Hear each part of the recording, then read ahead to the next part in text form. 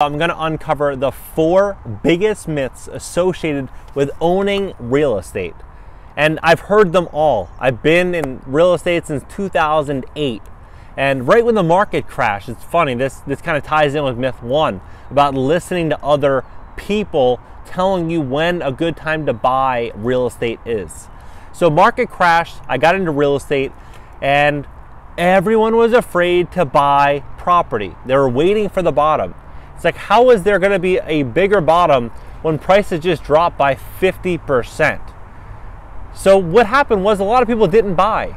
They were too scared to buy real estate. I don't know how you get scared to buy shelter that's on fire sale, but a lot of people were scared to buy. So what ended up happening? They rented during this period, and then they thought, I'll wait till 2009 and I'll buy then. Then 2009 prices picked up a little bit. And they're like, okay, well, they're gonna settle back down in 2010. And what happened? They just kept going up, up, up, up, up. And people missed the boat. They missed the boat because they were listening to their uncle, they're listening to the anchor on MSNBC, they're listening to all these news publications saying that there's gonna be a bigger bottom, saying to hold off and saying to wait. And really think about who you're getting advice from. You're getting advice from a journalist who does not specialize in real estate. They don't specialize in real estate. They're giving the same exact advice to, the weather and to everything else. They're just picking random things and just reciting information that was provided to them from someone else. So they're not actually basing this information on personal experience. So with all that said, don't listen to the news. Don't listen to your uncle unless your uncle is tremendously wealthy by investing in real estate. And even then, question everything, because the more you question, the more you'll learn. That's another thing with business. A lot of people don't want to ask questions because they don't want to look stupid. But I mean, the real stupidity is not asking the question and then living a lifetime of not knowing the answer to a question. So learn about real estate, learn about it. So if you know what you're doing, really understand real estate, you understand what a good buy looks like, you're gonna absolutely crush it in a good market and a bad market and all markets, and you'll have diligence in your buy. You'll understand what a really good buy looks like, and you're gonna run out and attack the deals that make a lot of sense, and the deals that don't, let the other newbie investors buy it, and they'll most likely be underwater on the deal in a year or 2 years or 5 years. But you buying one good deal after the next, I mean, there's never a better time to set up that type of business model. So learn what you're doing, learn real estate, and you'll be set up. You'll be completely set up. Myth 2 is that you need to be tremendously wealthy.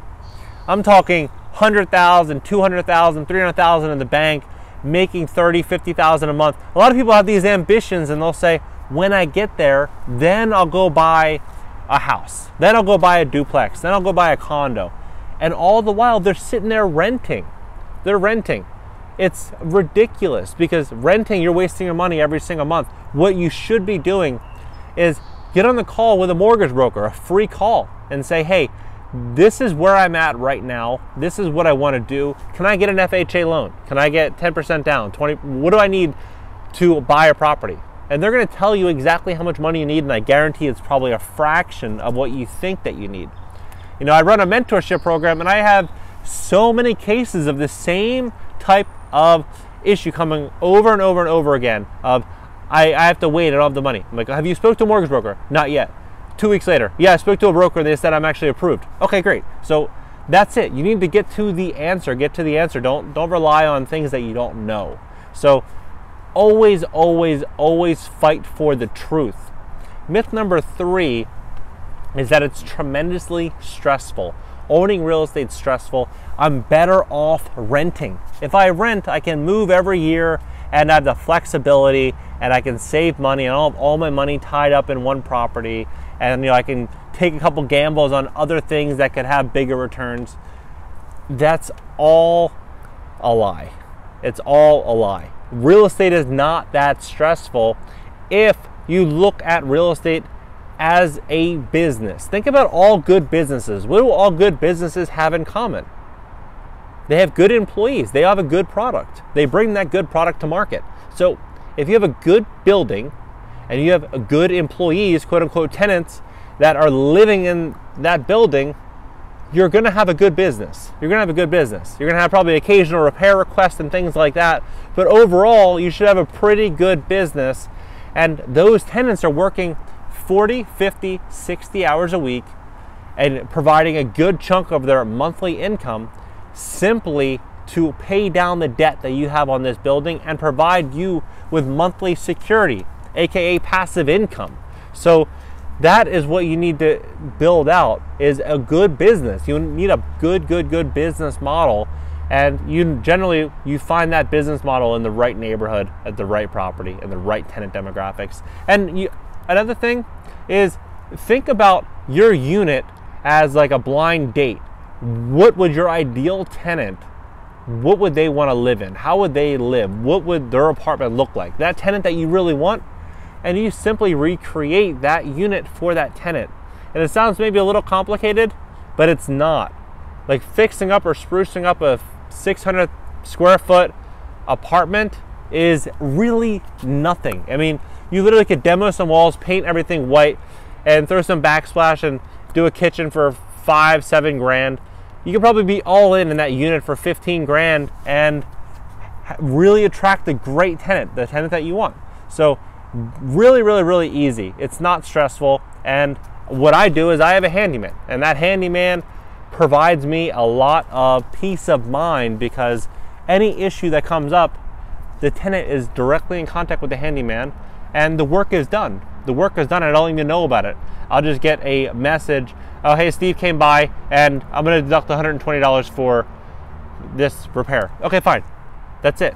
And if it's a continuous thing where there's more than a few deductions, there's going to be a problem. But if it's one here and one there, I'm not worrying about it. I just want to be paid on time. I don't want to deal with the hassle and the headache.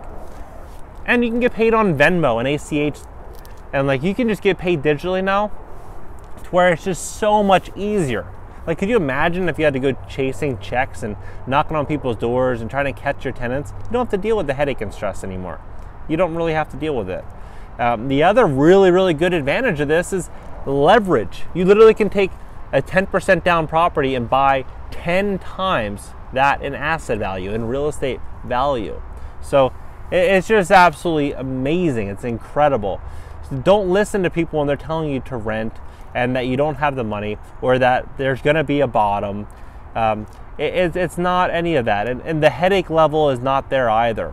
So for me, how I look at real estate, I look at real estate as a vehicle to get me away from having to do things I don't want to do for people that I don't want to deal with. Like, for example, if you're a real estate agent or if you work a 9-to-5 job, you're working that job, you should really look at it like, how much is your monthly bleeding from that job? So if you take home 5 grand and your monthly expenses are 3 grand, you're literally bleeding 3 grand a month. Wouldn't it make more sense to build out a system and a structure to where you're going to be supplied 3 grand a month and you're no longer bleeding, and then you could do what you want to do in your life? That, to me, that is the no-brainer. That is what everyone should be doing. But the way society teaches you is that go to school, get a good job, and work that job from 20 to 30 to 40 to 50 to 60, and hopefully one day there will be a pension for you, or a 401k, or maybe you don't get fired.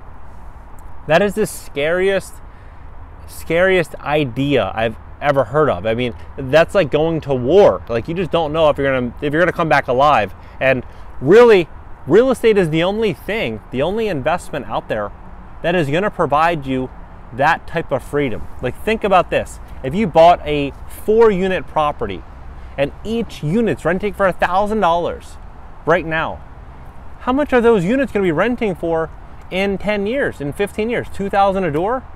That's $8,000 a month, almost $100,000 a year.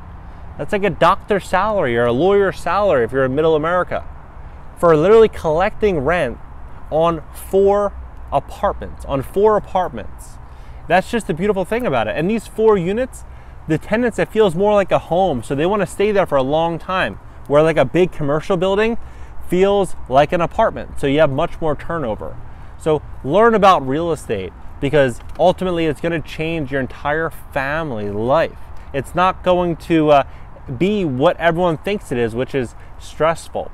real estate will change your life, and you'll become a much happier person if you're receiving that residual income and you don't have to work overtime, you don't have to work for a boss that you don't want to work for, and you can live life on your terms. That's what life is about. Life's about spending it with family and enjoying your life and giving back and helping people. So I wanted to do this video to uncover some of those big myths, and I believe I just did that. So please like, comment, and subscribe.